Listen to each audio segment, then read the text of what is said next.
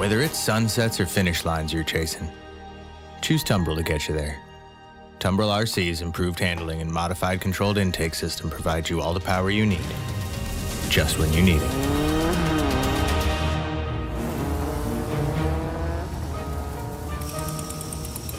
Tumbrel RC. Get in front of it. Hello, and welcome to another episode of Around the Verse. I'm Sean Tracy. And I'm Josh Herman. That was the winning entry in our recent Tumbrel Cyclone commercial contest. As always, there were a ton of great submissions. It's true. You can check them all out right now on Spectrum. Awesome. Today, we'll dive into the flowing ground traffic of ArcCorp, and I hear there's news about a new vehicle in Star Citizen. It's true. We'll jump into that in a second, but first, the exciting world of asset optimization. Using layer blends! You know it. It's not always about the flashy stuff in game development. We're constantly striving for ways to make our work as efficient as possible, and we've recently implemented a way to improve performance with all our characters. It's true, and better character performance means more characters on screen at a time. Yeah, it means more work for you guys, too. It's true. Oh, that's good. Here's FORREST STEPHAN with more. Recently, here in LA, we did a training seminar. Basically, we took all the artists and walked through the process of performance and walk through what exactly causes bad performance and how to get good performance. One of these things that's completely crucial to rendering objects is draw calls. You need them to draw all the objects to the screen, so it's something that you have to keep count of in order to ensure that you have the best performance possible. The characters use what's called a layer blend shader and a layer shader. So the layer shader is essentially a list of materials, textures, similar to in Photoshop, how you have different layers that get stacked up. The layer blend shader is what blends all of these layers together. So the reason that's beneficial is the characters get to use these two shaders together, and we can take all of these different sub-IDs and collapse them all together, which normally every layer would be a separate draw call. So instead of the clothing being 10, 12, 15 draw calls, it's just one.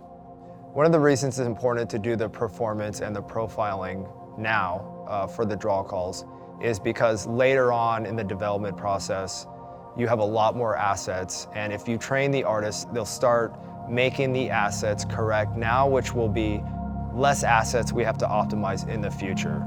So that kind of empowers the character artists to be in control of their own assets and ensure that they're making not only the best looking asset possible, but an asset that will perform the best of its complexity, which is a huge benefit across all disciplines, because having better optimized characters increases the memory pool and the draw call pool for other assets such as ships and environments, because everything kind of works together in regards to an overall performance.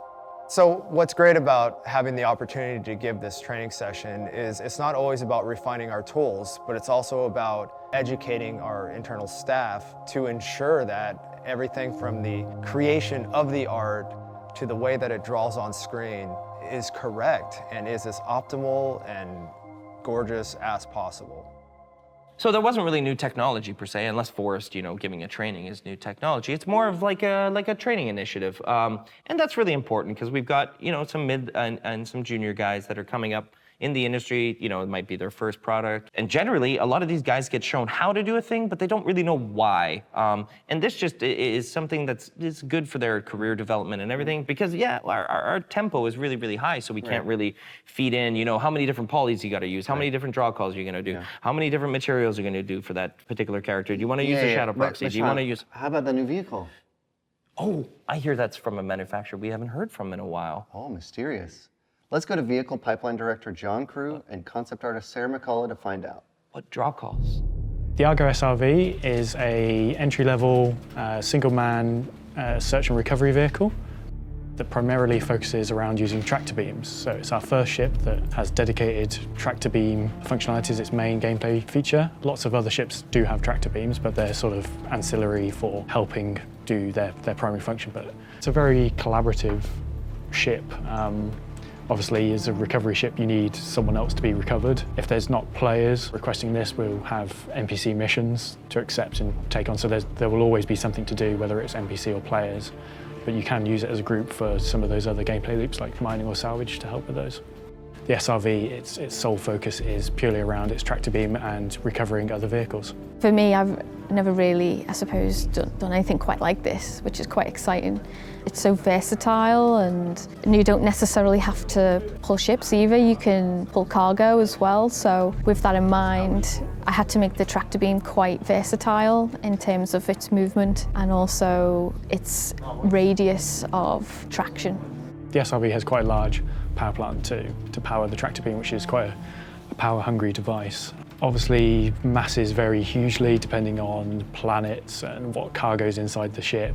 But we envisage the default operating range to be around the Cutlass, up to perhaps the Constellation, depending on how it's loaded. But for a single SRV, Cutlasses and that area should be what you're able to recover yourself. If there's more than one of you, you can pull it together to be able to maneuver larger ships. Same for the reverse for smaller. You might be able to pick up a couple of smaller vehicles, sort of just clump them up and take them together. The considerations that went into mainly the arms of this SRV is they had to be quite versatile, and they also had to move quite a significant amount so that it didn't matter where you were or got stuck. These arms and this tractor pad could hone in and pull you up. So I had to make sure that this back section had enough room for these arms to grab you essentially. But I also wanted to make it look really grounded as well, like cool tech and with a bit of cool hard surface as well, just thrown in. As I say, I looked at real life to just see the range of movement, particularly as well wrists. I think the human body is really good to see how flexible you are, because you know you've got this great degree of movement in your own body. I think machinery as well is always trying to imitate parts of the human body, which is what I thought is in this toe arm, where you want this flexibility in order to, doesn't matter where you are or you're stuck, you've got this degree of movement that allows you to just track wherever you need to be and then hone in on it and pull it up.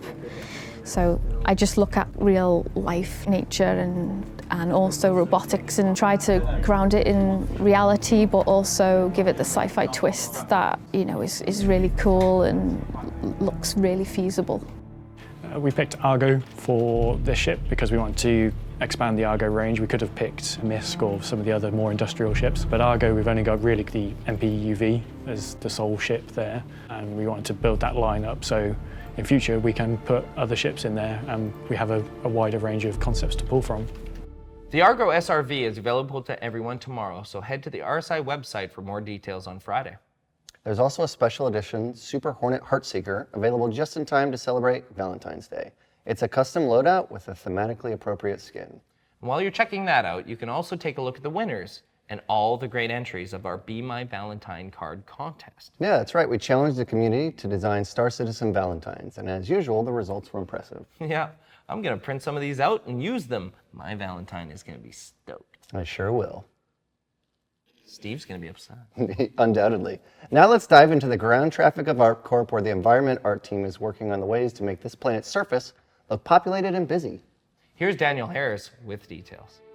I've been working on the traffic tests, and it's mainly about getting this sort of low-level, very small-scale traffic along the city streets. So at the moment, this feature is in the early stages. We've done some initial testing, very simple geometry, very simple textures, and we just want to get the effect in and see how it works in the game, because it sort of adds a bit more interest to the city. It's not static, you know, there's movement, and you can fly around and you can sort of spot these distant lights and distant specks of glow as you fly through the city. And I think it just gives you the sense that you're in a real city, which I think is kind of important.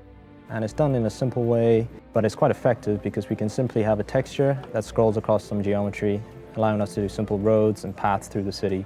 The traffic itself is sort of staggered up and down, so we can add some variation in the height. This allows us to add some simple glows that add a sense of scale and interest as the player flies over the city.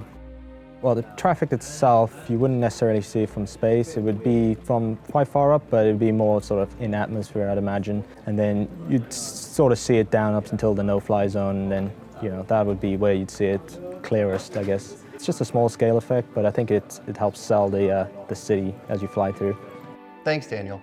Well, that's all for us this week. If you haven't read January's monthly report, head to the website for the skinny on what all our studios have been working on. And tune in to twitch.tv/StarCitizen tomorrow at 10 a.m. Pacific for a new episode of Reverse the Verse Live, where Jared talks shop with the audio team. Sounds like a good time. We're also currently working on revamping the selection of physical merchandise in our online store, and we want your input. Yeah, we do. So head to Spectrum and let us know what you think would make the best additions to our merch offerings. And thanks to our subscribers for their continued sponsorship. And thanks, of course, to all the backers for making our games possible. So until next time, we'll see you Around the Verse.